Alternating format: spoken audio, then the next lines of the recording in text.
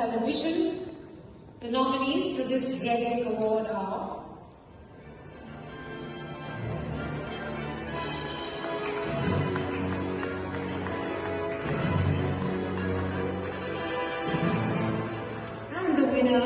is around R. Tridip K Mandal and Dominic Savio Diengdoh from the Quint.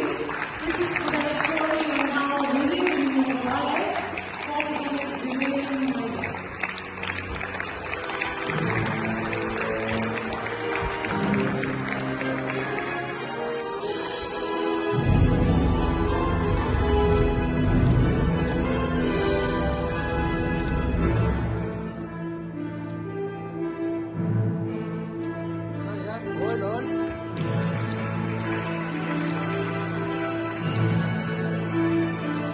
Hadien ke jingban ke khlam COVID-19 hakani ka kynti ka Mumbai Press Club kan yo ban pynlong biang ya ka RedInk Award arjar arpuar khusnam na ka bynta ki Khubor bat ki nongthoh batbit Jong kari India.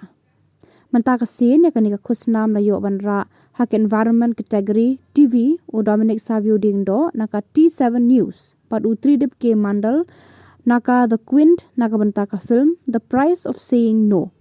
How a village in Meghalaya fought against uranium mining.